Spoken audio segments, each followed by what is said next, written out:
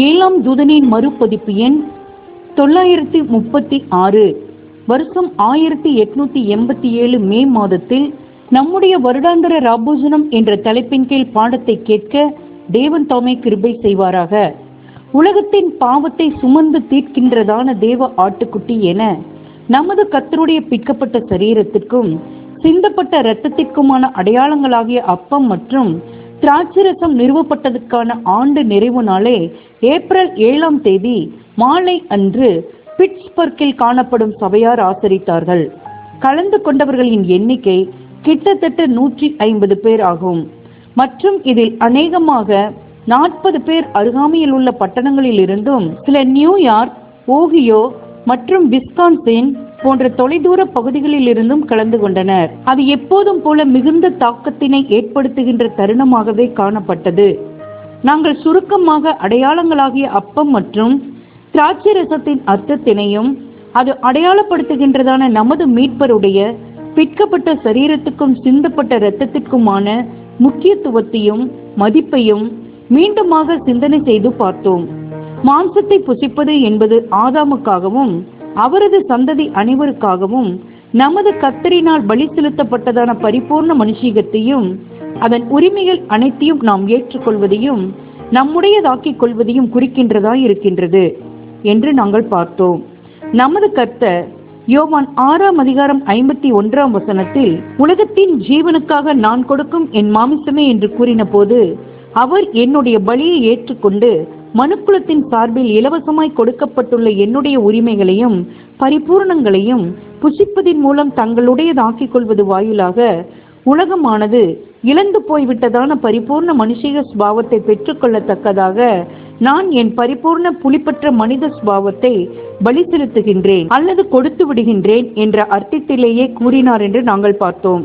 இப்படியாக அப்பமானது சீர் பொருந்தப்படுகிற யாவருக்குமானது என்றும் சுவிசேஷ யுகத்திலும் சரி 1000 வருட யுகத்திலும் சரி ஒருவன் அப்பத்தினால் நன்மை அடைவதற்கு முன்னதாக அதை ஏற்றுக்கொண்டிட வேண்டும் மற்றும் ஜீரணித்திட வேண்டும், தன்னுடையதாக்கிட வேண்டும் என்றும் நாங்கள் பார்த்தோம்.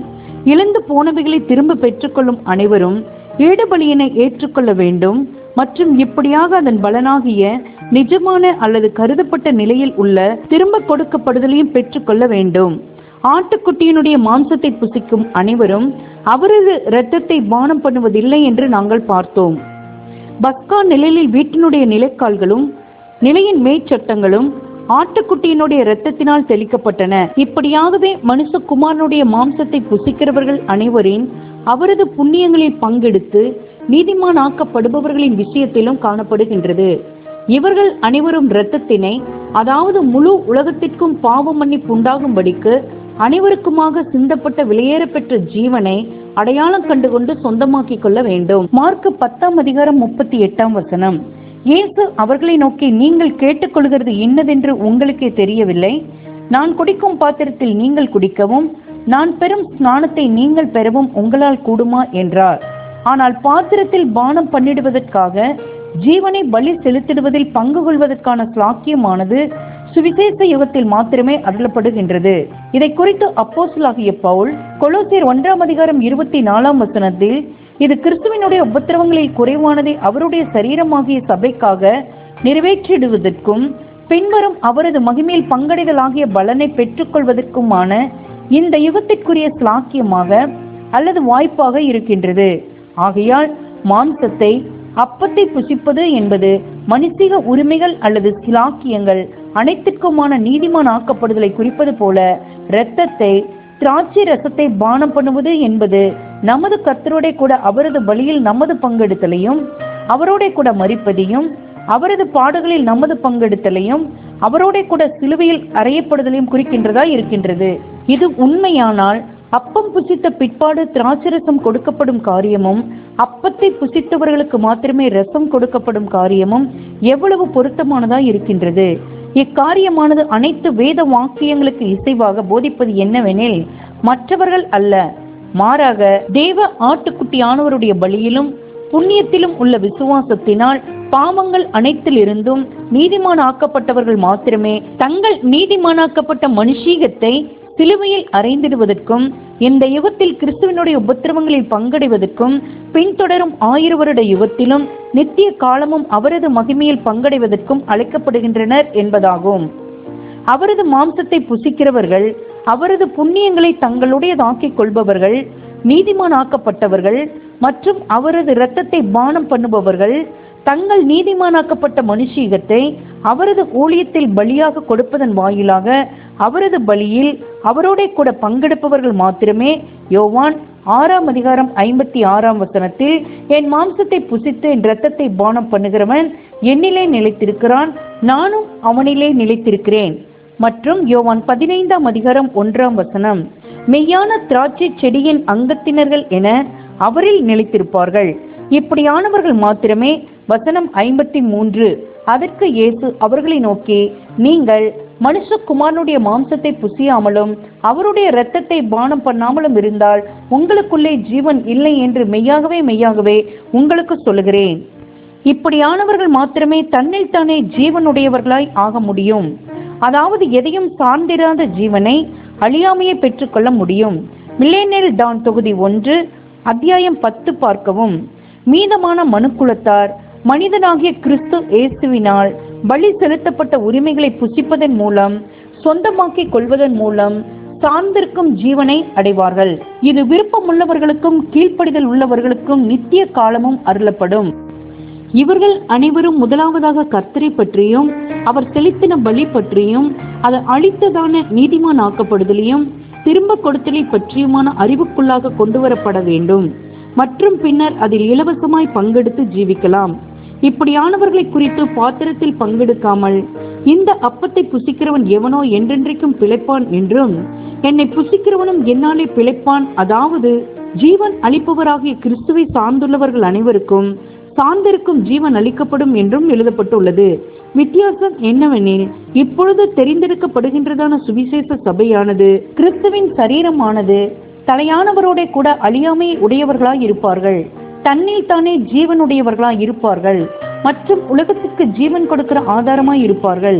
உலகமானது இந்த ஊற்றண்டைக்கு ஜீவனுக்காக வந்து இதனால் ஜீவிப்பவர்களாய் இருப்பார்கள். மற்றும் 1 கொரிந்தியர் 11:27 மற்றும் 29 இப்படி இருக்க எவன் அபாத்திரமாய் கர்த்தருடைய அப்பத்தை புசித்து அவருடைய பாத்திரத்தில் பானம் பண்ணுகிறானோ அவன் கர்த்தருடைய சரீரத்தையும் இரத்தத்தையும் குறித்து குற்றமுள்ளவனாய் இருப்பான். எண்ணத்தினால் எனில் அபாத்திரமாய் போஜனபானம் பண்ணுகிறவன் கர்த்தருடைய சரீரம் இன்னதென்று நிதானித்து அறியாததினால் தனக்கு ஆக்கினை தீர்ப்பு வரும்படி போஜனபானம் பண்ணுகிறான் என்ற அப்போஸ்தலர் வார்த்தைகளையும் நாம் கவனிக்கின்றோம். இதன் அர்த்தம் என்னவெனில், கிறிஸ்துவின் பலியானது தங்களுடைய பாவங்களுக்கானது என்று அடையாளம் கண்டுகொள்ள தவறும் அனைவரும் இந்த அடையாளங்களை புசிப்பது என்பது மத்தேயு 27:25 இவரது இரத்த பலியானது எங்கள் மேலும் எங்கள் பிள்ளைகள் மேலும் இருப்பதாக என்று யூதர்கள் சத்தமிட்ட போது பலிக்கு ஆளானது போல இவர்களும் அவரை கொன்றவர்கள் என்ற பலிக்கு ஆளானவர்களாய் இருப்பார்கள். யூதர்கள் தங்களை குற்றமில்லாத இரத்த மரணத்திற்கான பலிக்குள்ளாக்கினது போன்று இப்பொழுது கர்த்தருடைய சரீரமும் இரத்தமும் தங்களுக்கான ஈடுபலி என்று நிதானித்தறியாமல் அடையாளங்களை புசிப்பவர்களும் அவரது இரத்தம் எங்கள் மேல் இருப்பதாக என்றும் சொல்லுகிறவர்களாய் இருப்பார்கள். கர்த்தருடைய சரீரமும் இரத்தமும் தங்களுக்கான ஈடுபலி என்று அடையாளம் கண்டு கொள்ளாதவர்கள் அனைவருக்கும் இதில் பங்கெடுப்பது என்பது அவரது சரீரத்தை பிட்டதிலும் அவரது இரத்தத்தை சிந்தினதிலும் ஆன குற்றத்தில் பங்குள்ளவர்களாக தீர்க்கப்படுவதை குறிக்கின்றதா இருக்கும். இது இவர்களுக்கு மன்னிப்பை, பாவங்களுக்கான மன்னிப்பை பேசாது. பின்வந்த அடுத்த 4 நாட்களும் முழுக்க கூட்டங்களுக்காகவே செலவிடப்பட்டது. இந்த கூட்டங்களில் பல்வேறு சுவாரஸ்யமான தலைப்புகள் குறித்து கலந்துரையாடப்பட்டன. அவைகளை எல்லாம் நம்மால் இங்கு மீண்டுமாக பதிவு செய்திட முடியாது. இந்த கூட்டங்கள் ஆனது தொலைவிலிருந்து வந்தவர்களுக்கு விசேஷித்ததாகவும் மிகவும் சுவாரஸ்யமானதாகவும் காணப்பட்டது. மற்றும் இவர்கள் தேவனுடைய வார்த்தையில் உள்ள பலமான ஆகாரத்தினாலும் ஆராயப்பட்டதான மகா மேன்மையும் அருமையுமான வாக்கு தத்தங்களிலிருந்து வடிகட்டி எடுக்கப்பட்டதான சந்தோஷம் மற்றும் நம்பிக்கை என்னும் நவமான திராட்சை ரசத்தினாலும் பலப்படுத்தப்பட்டு புத்துயிர் அடைந்து தங்கள் பணிக்கு திரும்பி சென்றனர் என்று நாம் விசுவாசிக்கின்றோம். இவர்களது இந்த ஒரு வருகையின் போது கீழே குறிப்பிடப்பட்டிருக்கின்றதான 9 சகோதர சகோதரிகள் மரணம் வரையிலுமான இதற்கு சில ஆதார வசனங்கள். ரோமர் 6ஆம் அதிகாரம் 3ஆம் வசனம் மற்றும் 4ஆம் வசனம். கிறிஸ்து இயேசுவுக்குள்ளாக ஞானஸ்நானம் பெற்ற நாம் அனைவரும் அவருடைய மரணத்திற்குள்ளாக ஞானஸ்நானம் பெற்றதை அறியாமல் இருக்கிறீர்களா? மேலும் பிதாவின் மகிமையினாலே கிறிஸ்து மரித்தோரிலிருந்து எழுப்பப்பட்டது போல நாமும் புதிதான ஜீவன் உள்ளவர்களாய் நடந்து கொள்ளும்படிக்கு அவருடைய மரணத்திற்குள்ளாக்கும் ஞானஸ்நானத்தினாலே கிறிஸ்துவுடனே கூட அடக்கம் பண்ணப்பட்டோம். தங்களது அர்ப்பணிப்பை அடையாளப்படுத்திடுவதற்கு நமது கர்த்தர் கேட்டுக்கொண்டதற்கு ஏற்பவும் மாற்கு 16ஆம் அதிகாரம் 16ஆம் வசனம். விசுவாசம் உள்ளவனாகி ஞானஸ்நானம் பெற்றவன் ரட்சிக்கப்படுவான், விசுவாசி ஆதவனோ ஆக்கணிக்குள்ளாக தீர்க்கப்படுவான். மற்றும் அப்போஸ்தலர்கள் கட்டளையிட்டதுக்கு ஏற்பவும் அப்போஸ்தலர் 10ஆம் அதிகாரம் 48ஆம் வசனம். கர்த்தருடைய நாமத்தினாலே அவர்களுக்கு ஞானஸ்நானம் கொடுக்கும்படி கட்டளையிட்டான். அப்பொழுது சில நாள் அங்கே தங்கும்படி அவனை வேண்டிக் கொண்டார்கள். மரணத்திற்குள்ளான உண்மையான ஸ்நானத்துக்கு ஒப்பாக தண்ணீர் ஞானஸ்நானம் பெற்றுக் கொள்வதற்கு வாய்ப்பினை பயன்படுத்தி கொண்டார்கள். அவர்களது பெயர்கள் பின்வருமாறு: சகோதரன் மற்றும் சகோதரி ஏ பவன், சகோ ஜே மேசன், சகோ தோஸ் ஆர் ஜாக்சன், சகோதரி ஜே விரோ, சகோதரி எம் ஜே வேக்னர், சகோதரி எம் தாம்சன் மற்றும் சகோதரி கார்சன் மற்றும் மிட்செல்.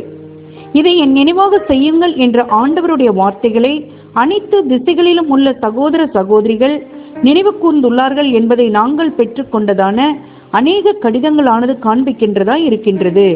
சில இடங்களில் அதிகமான எண்ணிக்கையில் கூடியிருக்கின்றனர், வேறு சில இடங்களில் 1 அல்லது 2 பேர் கூடியிருக்கின்றனர்.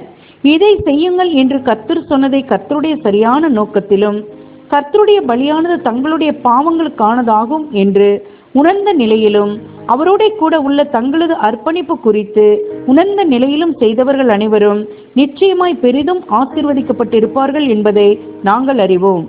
இதே சாட்சியினை நாங்கள் பெற்றுக்கொண்டதான அநேக கடிதங்கள் தெரிவிக்கின்றது. நாங்கள் இங்கே கூடின போது உங்களை நினைவு கூர்ந்தோம்.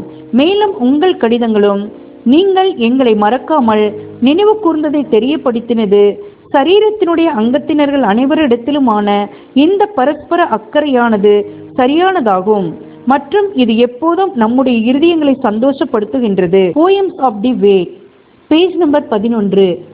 கவிதை. தலைப்பு: கெத்சமனேயும் கல்வாரியும். பாலஸ்தீனியாவின் அந்த ஓர் இடத்தின் வரலாறு அப்போதும் எப்போதும் மறக்கப்படுவதில்லையே. அது கெத்சமனே தோட்டமே.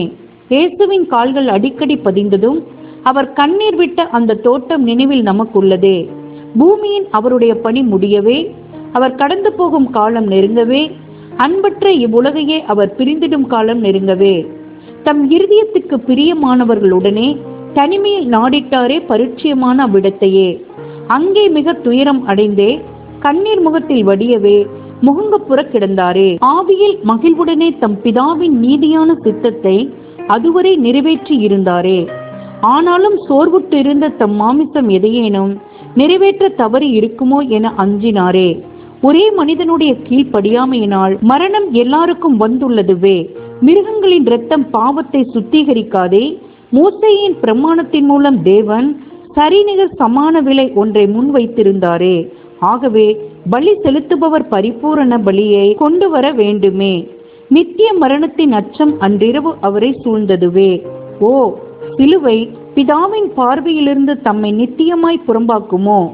தாம் ரட்சிக்க வந்த இறந்தும் கொண்டிருக்கின்ற இவ்வுலகை மரணத்துக்கு பின் உள்ள வாழ்வுக்கான நம்பிக்கை ஏதுமின்றி கைவிடும் நிலை ஏற்பட்டு விடுமோ?